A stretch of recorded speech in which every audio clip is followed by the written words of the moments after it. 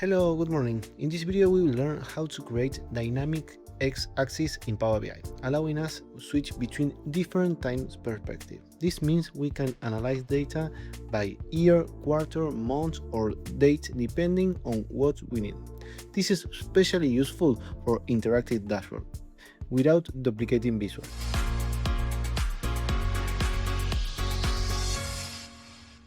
The first step is to create a calendar table. We use functions like calendar and we combine them with add columns to enrich our table.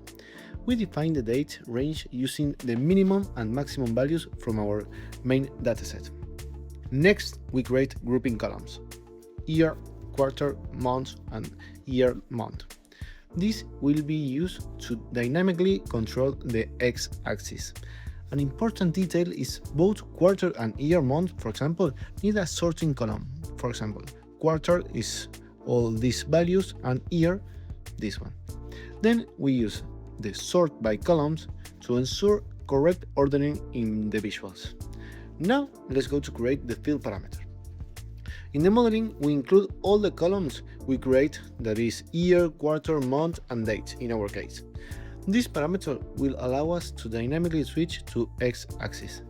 Now, in the report, we insert the visual, we use the field parameter as the x-axis and your measure to the y-axis. Then insert a slicer using the same field parameter.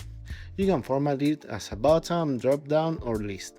And that's it. Now, when you change the slicer selection, the charts update dynamically between year, quarter, month and date, all in one visual, without any bookmarks. This is a powerful technique to improve user experience and build more flexible dashboard.